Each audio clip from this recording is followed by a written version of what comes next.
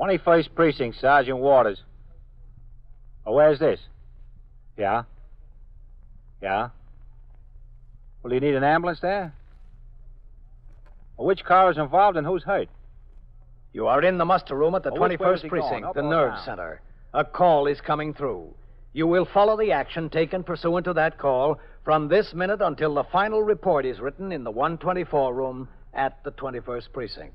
All right, there's an ambulance on the way. I heard the radio call. That's right. It's all taken care of. Okay, I'll make the notifications.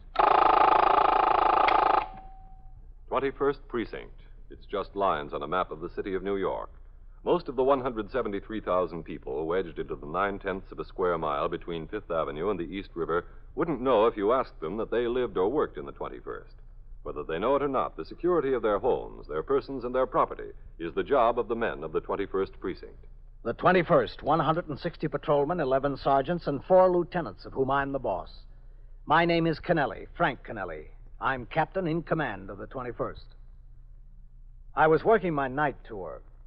When I came into the station house at 3:25 p.m., I signed the blotter and went directly into my office where I changed to uniform. Then I sat down at my desk to sift through the volume of reports and communications that had accumulated since I was last on duty nearly 24 hours earlier. At 2 minutes before 4, I walked out into the muster room where I went behind the desk and turned out the platoon for the 4 to 12 tour. After the 63 men who would patrol the streets of the precinct on foot and in sector cars marched out the front door of the station house to take over their posts, I returned to my office for a conference with the precinct youth patrolman in regard to the problems he would face with the reopening of the schools a couple of weeks hence. He outlined his program for the fall, and I gave my approval to his plans.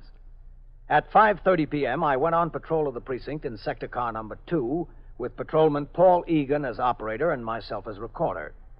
During the course of this patrol, I had occasion to make a stop at a movie house on Lexington Avenue in regard to several complaints we had received. I found the manager in the back of the theater and spoke to him there while the newsreel was playing on the screen. Captain, believe me, I don't want rowdies in here. I wish they wouldn't show up. Well, they're certainly beginning to scare your regular patrons away. You're telling me. Here's the part of the newsreel I was telling you about. A flat look from Paris.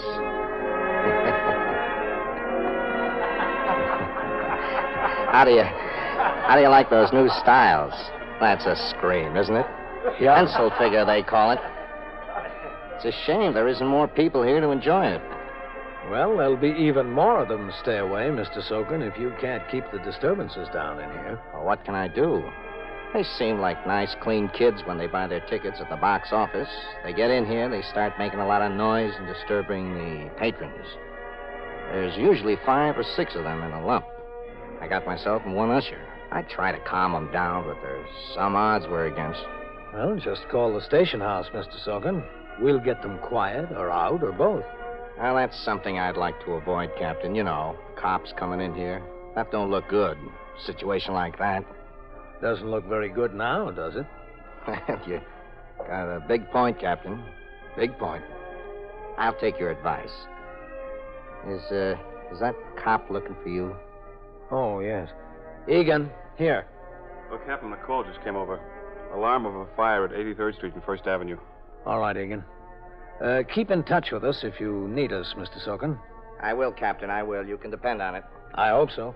Well, I'll see you, Captain. See you. Okay, what's burning there, Egan? Do you know? The call didn't say, Captain. Okay. Go ahead. Thank you.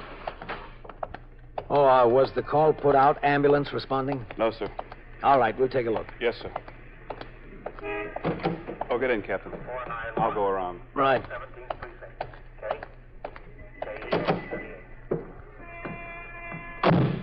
I hope it's not a dwelling there.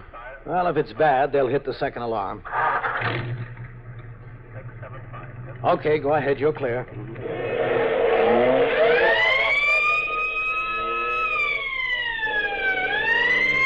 Cut over and go up first. There'll be less traffic. Yes, sir. This looks clear. Okay, take it. Watch it. Watch that car. Get out of the way. Hold on, Captain.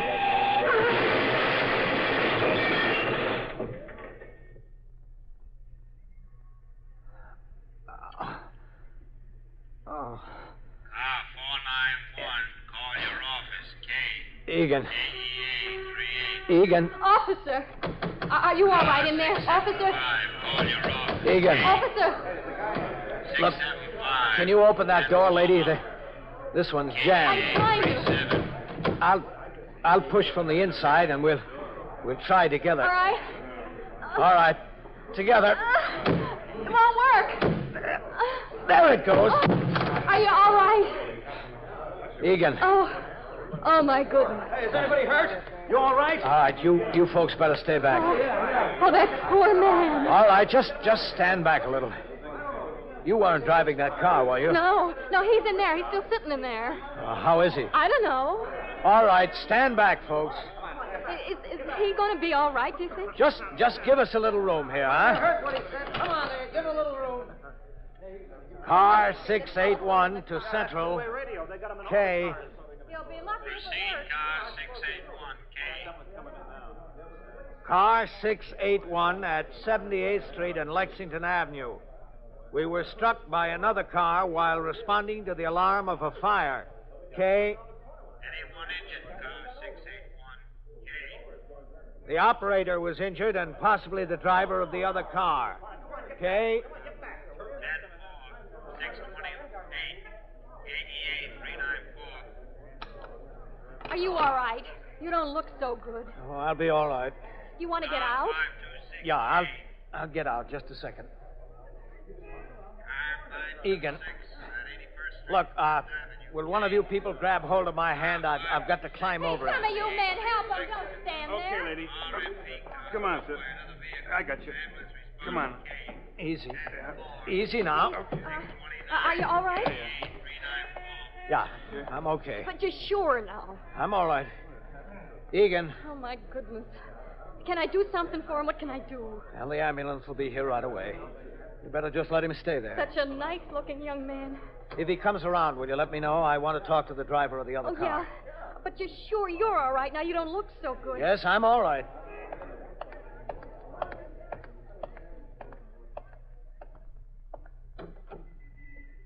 You hurt? No, I don't think so. I'm just a little bit shaken up, that's all. I think. What's your name? Creedy, Joseph L. Creedy, Where do you live? 33 West 79th Street. You're supposed to pull over when you hear a siren. What? You're supposed to pull over and stop when you hear a siren. I didn't hear it. I'm sorry. Well, you were right on top of it. I didn't hear it. Didn't you see the police car making the turn? Yes, I saw it, but it was too late. I tried to stop. It was just too late. Is the other policeman hurt? It looks like he's hurt, yes. Oh, that's too bad. That's very bad. There's an ambulance on the way. Were you heading home? Yes, about 11 years. I asked you if you were heading home. Oh, I'm sorry. I misunderstood you. I thought you asked it. I've been driving long. No, I was going to pick up a friend of mine. We were going out to dinner. Oh. She lives on East 66th Street. Have you had anything to drink, Mr. Creedy? Oh, no, I haven't had a thing to drink. Nothing. I don't drink much. All right, you stay right here. What'd you say, sir? I said you stay right here. Stay in your car. Yes, all right. I hope he's not hurt bad. So do I. Well, there's some more policemen. Yes, I know. I'm sorry. I'm really awfully sorry. All right. You just sit here. Yes, I will. Captain, are you all right? Yes, Mercado, I think so. The ambulance is on the way. Egan is hurt. Sergeant, did you take a look at Egan? Okay. I think he's hurt pretty bad. Must have hit up against the wheel. What happened, sir? Well, we were responding to the alarm of a fire, siren open. Egan was making a turn into this street. This fellow didn't stop. He hit us broadside, knocked us against the light pole. Are you sure you're all right? Yeah, I got a little bump on the head, but I don't think it's anything. Well, what is he, drunk or something? He claims he hasn't had a thing to drink. He was on his way to pick up a friend. Claims he didn't hear the siren. His car's a mess. He's not hurt, is he? No, Are you sure you're all right, Captain? I'm okay. Let's go over there. Yes, sir. Boy, it'll be a long time before this car's back in service. All right, come on. Let's through there, will you? Let's through. Let's move. There's nothing to see here. Give him a little air, huh? Did he come around, Sergeant? No, sir, he didn't. All right, move along. Are you all right? Yeah, I think so. Mercado, would you reach in there and get my cap for me? Yes, sir. Egan. Here you are, Captain. Thanks. Ricardo, get those people back on the sidewalk. Yes, sir. All right, folks, come on, let's go. Let's get back. Come on, let's give the man a little air. He just rammed into us. If he didn't hear us, he should have seen us. Egan's not breathing very heavy. No. But he's breathing. Would you go to the call box there, Sergeant? Yes, sir. Ring the desk officer and tell him what we've got. Yes, sir. Right away, Captain. Mercado, Yes, sir. get ready to give him a hand. Right, sir. Hey, do you think he's going to be all right? Yes, I hope so. Well, so do I. But he doesn't look very good to me. Not very good at all. Now, look, you better stand back up on the sidewalk, lady. I'm sorry. I didn't realize. Yeah, just stand up. All right. Come on now, let's have a little room in there. Little room. All right, open up right there, huh? Oh, hello, Captain. Hello, Doctor. Well, let's have a look at him. Yeah. What's it look like, Doctor? It's hard to tell a thing here. All right, let's put him on. You want me to get him on his feet? Let's take him out head first, all right? Or however you want it. You grab his feet as he comes out. Yes, sir. Okay, I'll do that. All right, officer. Easy with him now, easy. I've got him. Easy now. Up. All right, get his feet. Don't let him fall. Okay, Doc. Okay, I got it. All right, put him on. Put him on now. That's it. Easy. All right, now. Up into the ambulance, huh? Come on. I got this end. Okay. Grab that end down there, will you? That's it. Easy with him. Doctor, I want you to take a look at the driver of the other car. There? Yeah, he says he's all right. I'll look at him. Come on, easy there. Thanks, Doctor. I rang in, Captain. Good, Sergeant. Excuse me, Captain. Yes? You want the other driver to go to the hospital? Well, if you think he should. All right, I'll have a look at him. What do you say about Egan? He can't tell a thing yet. Oh? Did you tell the desk officer what we've got? Yes, sir. And he told me something, too. What? The fire you were responding to, Captain, Yeah? it was a false alarm. You are listening to 21st Precinct, a factual account of the way police work in the world's largest city. You have a horrible feeling that something is wrong when the radio goes dead. You turn on the television set. Nothing there either. You walk out on the street to look for your newspaper, but it isn't on your porch, your front lawn. No place. And then you notice the silence all around you. No voices, not a one. The theater lights are off. The public auditorium is boarded up. You're frightened. You don't know what's wrong. I'll tell you what's wrong. You've just found out what it would be like to live under a system of government that controls the freedom of speech. There are such systems in the world today. But a group of men took care that it wouldn't happen to you. They did their work 165 years ago, when they wrote the Constitution and the Bill of Rights. In the first article of those 10 original amendments, they said, Congress shall make no law abridging the freedom of speech or of the press. Those men like Franklin and Jefferson, made it official, made it a law. Every time we have our say in public or in private, we're exercising that law, and exercise is good. If someone else doesn't like what we say, he's entitled to his own opinion, and he's entitled to voice it just as loudly and clearly as he wants. That's guaranteed by our Constitution, by our Bill of Rights. Freedom of speech. It's one of our freedoms. Now back to 21st Precinct and Captain Kennelly. In any calendar year, there are more than 78,000 fire alarms in the city of New York. The essential factors in fighting a fire are promptness of discovery and the speed with which firemen arrive on the scene. To each of these alarms, no less than 4 pieces of fire department apparatus and 2 police cars respond with the required speed. But speed has its hazards. As many or more firemen and police officers are killed and injured while responding to alarms as in the course of the fires themselves. An accident while responding to a fire is bad enough. While making a run to a false alarm, it's more than tragic. And during the last year, there were 13,981 false alarms in the city of New York.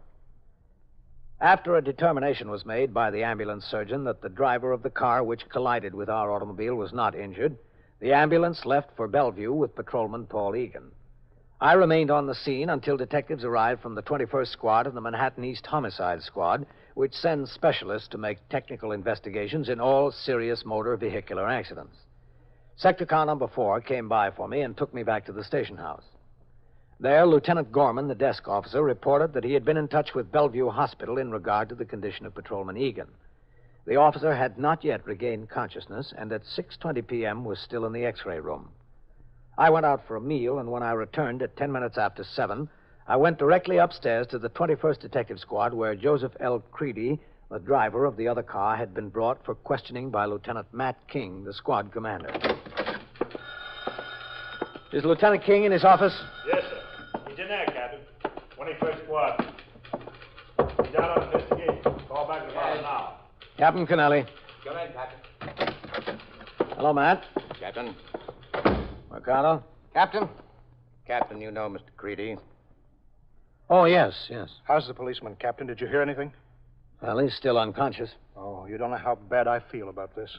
We all feel bad, Mr. Creedy. Yes. What's your occupation, Mr. Creedy? What'd you say? What do you do for a living? Oh, I'm a salesman. What do you sell? Light metal extrusions. What's that? Well, it's parts used by manufacturers in making almost anything, usually aluminum or aluminum alloy. Instead of molding the metal, an extrusion is made by pushing a heated bar through a die.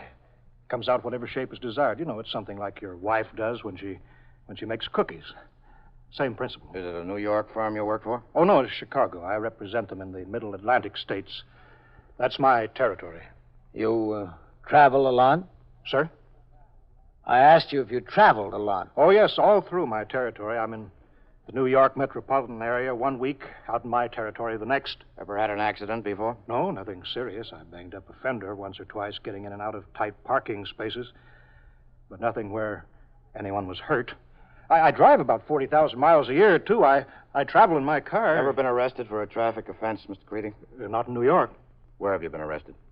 I was given a ticket in Connecticut in Ridgefield once for passing a stopped school bus. I thought it had started up again. When was that, recently? $25. I asked when it was, Mr. Creedy. Oh, I'm sorry. I thought you asked how much I was fined. It was 3 years ago, about. And that's the only time you were arrested on a traffic offense? I wasn't even arrested then. He just gave me a ticket to the state trooper. You ever arrested on any other occasion for any other offense? No. Never? Never in my life. Not even for another traffic offense? No, that was the only time. Did you see the police car before you hit it, Mr. Creedy? Yes, I saw it. It was too late to stop. I tried to, but it was too late. Captain, you were proceeding on Lexington Avenue with a siren wide open, is that right? Yes, it had been open for about 2 blocks. Didn't you hear the siren, Mr. Creedy? Is that why you failed to pull over and give him the right of way? I didn't hear the siren. You're aware that it's the law that you must pull to the right, stop, and give an emergency vehicle the right of way. Absolutely. Why didn't you do it this time? I didn't hear the siren. Mr. Creedy, a siren is designed to be heard by everyone. I didn't hear it. It's no excuse, you know. I'm not looking for any excuse, Lieutenant. Mr. Creedy, are you hard of hearing? No. You are, aren't you? What gives you that idea? I don't see how anyone could not hear the siren that close to it. Have you ever had any trouble with your ears, Mr. Creedy? You've missed a lot of questions that have been asked you.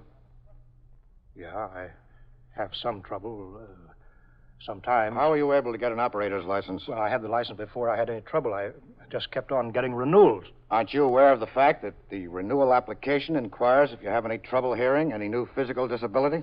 Yes, I'm aware of it. You failed to tell the truth when you filed your renewal application, is that right? I hear all right. Most of the time, it's just on occasion that I have any trouble or I miss something. It was a pretty big occasion when you missed hearing that siren, wasn't it, Mr. Creedy? Yes, I suppose it was. You don't have to suppose, Mr. Creedy. Were you talking to me, sir? No, Mr. Creedy. I'm going down to the hospital, man. I'll walk out with you, Captain. Okay, man. I hope he comes out of it all right. If I were you, Mr. Creedy, I'd not only hope, I'd pray that he does. Well, are you almost finished with him, man? Yeah. I'm going to have Mercado book him right away. The man really brought himself some trouble, didn't he? Well, I don't feel sorry for him. He's physically incapable of driving a car. He shouldn't be driving one without wearing a hearing aid. Yes, sir, you're right. How do you feel? Oh, all right. You were lucky to come out of it okay. Little bump on the head, that's all. Did it bother you?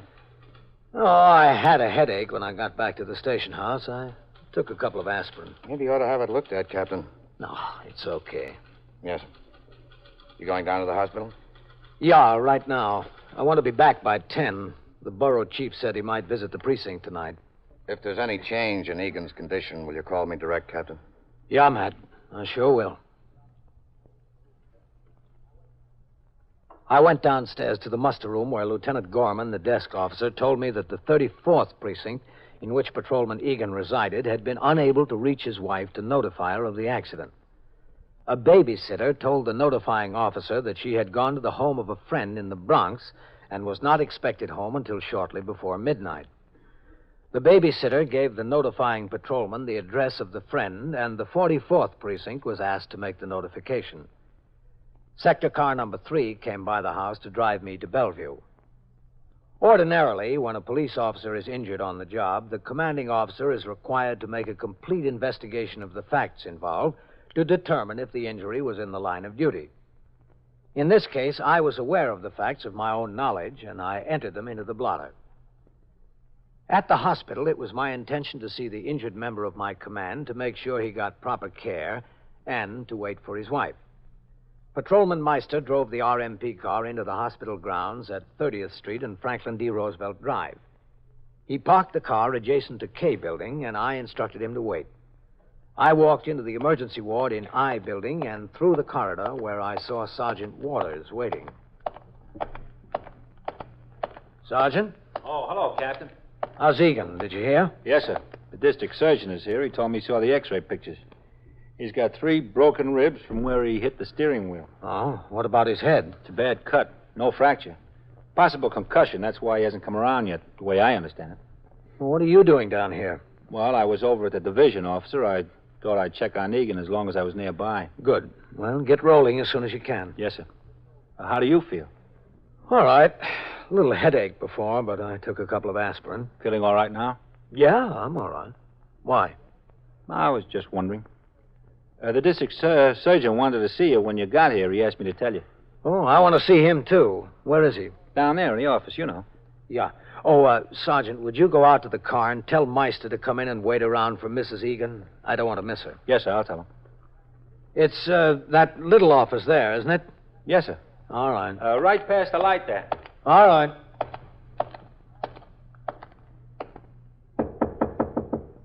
Yes? Captain Kennelly. Come in. Hello, Doctor. Oh, Captain. How's Egan doing? He'll be all right, I think. He's beginning to stir around some. That's good. 3 fractured ribs. The head injury is a possible concussion, but I think he'll be okay. Sit down. Well, I don't want to miss Egan's wife, Doctor. You won't miss her. Sit down. Well, all right. How do you feel? All right. Pretty good. Which? All right or pretty good? All right. Mm-hmm. Well, let's see that bump on your head. Oh, it's nothing. No, then it won't hurt to look, will it? Watch it. Oh. Tender, huh? Yeah, a little bit. Mm-hmm. Hmm. Well, it's not bad. Oh? Wait a minute. What's that for? Nothing. I just want to shine this flashlight in your eye. Look over my right shoulder. And keep looking there even after I take the light away, okay? Why? Captain, do I tell you how to catch a thief?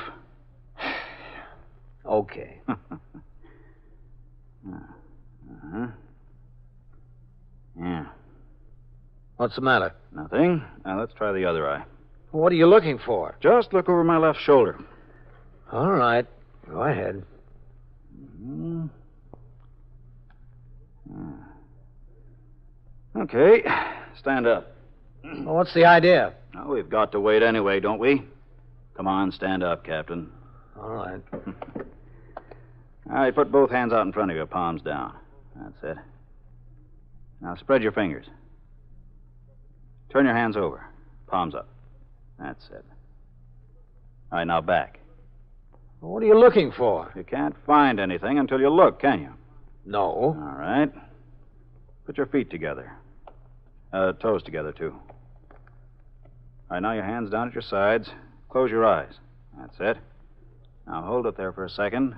Hold it there. All right, you can look now. It's just a little bump on the head. Yeah. Sit down, Frank. Look, I'm all right. I know. Cross your left leg over your right. That's it. What are you doing? Testing my reflexes? Something like that. You see, I've still got a lot of bounce. But you don't know whether it's good or bad, do you? Cross your legs the other way. That's it. I'm okay. There's nothing wrong with me. Okay, now open your mouth and very deeply breathe in and out until I tell you to stop. Now, look, Doctor. Go ahead.